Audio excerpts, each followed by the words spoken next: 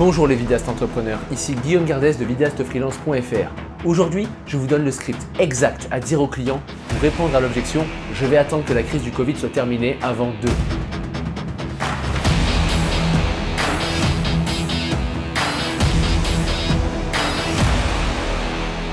La crise du Covid-19 fait des ravages économiques. De nombreuses entreprises tournent au ralenti, voire ne tournent pas du tout. Certaines sont même en train de fermer leurs portes, mais malheureusement, si vous êtes un vidéaste entrepreneur et que vos revenus dépendent de vos projets vidéo, il n'y a pas le choix. Vous devez continuer à vendre durant cette crise, même si c'est difficile. Mais le problème est qu'une entreprise achète généralement un service audiovisuel pour investir sur l'avenir. Aujourd'hui, les confinements et les couvre-feux rendent complexes les investissements des entreprises basées sur l'avenir, car celui-ci paraît très incertain. Ces entreprises pensent plus à leur survie actuelle plutôt qu'à capitaliser sur les 5 prochaines années. Obligatoirement, si vous êtes un vidéaste entrepreneur et que vous avez fait un peu de démarchage récemment, vous avez été en contact avec des objections liées à la crise du Covid-19. La plus courante d'entre elles étant « Je vais attendre que la crise du Covid-19 soit terminée avant de faire quelque chose ou avant d'investir dans un projet ». Si on s'intéresse à la méta-méthode habituelle qu'ont les vidéastes et plus généralement les freelances pour vendre leurs services, c'est toujours formulé ainsi. Les choses sont bien aujourd'hui, mais elles pourraient être meilleures demain grâce à mon service qui permet de blablabla. Mais forcément, aujourd'hui, durant cette crise, cet argument ne fonctionne plus car les confinements, les couvre-feux et les restrictions font que l'on regarde l'avenir d'un œil incertain. Vous ne pouvez pas dire à votre prospect que tout va bien et que l'avenir est tout beau et tout rose car celui-ci a des yeux pour voir et des oreilles pour entendre. Et ce qu'il voit et ce qu'il entend, c'est que rien ne va. BFM leur explique qu'on risque de passer Noël confiné et que certains secteurs d'activité ne rouvriront pas avant février 2021. C'est la raison pour laquelle beaucoup de vidéastes et de freelance de manière générale sont en grande difficulté pour vendre, car les prospects ne peuvent pas faire confiance à quelqu'un qui dit que l'avenir est magnifique, car c'est en totale opposition avec leur lecture du monde actuel. Par conséquent, pour vendre durant cette crise, vous devez changer votre approche générale.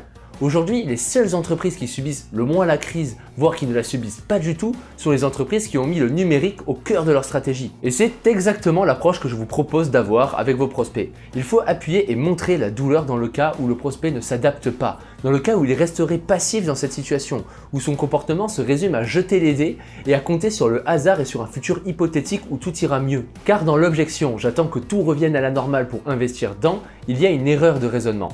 Cette erreur est de croire qu'il y a une normalité dans l'économie. Problème, la normalité, c'est la norme. Et la norme, c'est ce qui est aujourd'hui, dans le temps présent. Par conséquent, la normalité aujourd'hui est ce contexte de crise auquel il faut s'adapter. Mais ce n'est pas ce que veut dire le prospect. Celui-ci nous dit qu'il aimerait revenir dans le passé, là où il n'avait pas besoin de s'adapter, où tout était plus facile pour lui. Et c'est cette réalité qu'il va falloir faire visualiser à votre prospect. Pour traiter une objection, la méthode est en 3 temps. Réception, position, action. Il faut vous imaginer l'objection comme un ballon qui vous arrive dessus. La première étape est de réceptionner le ballon. Pour ce faire, vous allez accompagner le mouvement du ballon jusqu'à l'arrêt. C'est votre première étape. Il faut réceptionner l'objection et aller dans son sens pour désamorcer cette tension. La deuxième étape consiste à se positionner pour envoyer le ballon, c'est-à-dire recontextualiser la situation.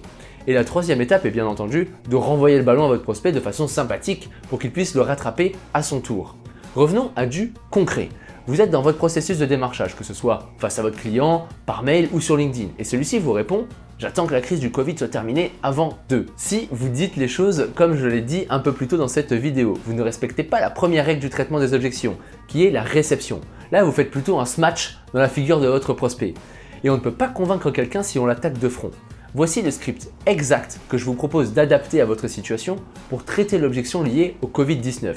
Donc, lorsque le client vous dit « Je souhaite juste attendre que tout revienne à la normale », vous pouvez répondre « Je comprends tout à fait. Mais à quoi ressemble exactement la normalité pour vous? Pensez-vous que tous les emplois reviendront, que toutes les entreprises vont rouvrir et que tout va revenir comme c'était avant cette crise? Eh bien, peut-être pas.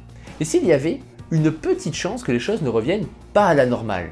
En fait, peut-être que les choses ne seront jamais les mêmes.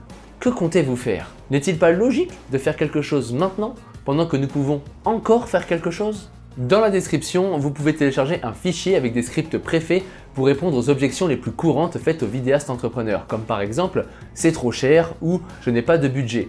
Pour ma part, je vous laisse là, je vous dis à bientôt et bon courage dans vos projets.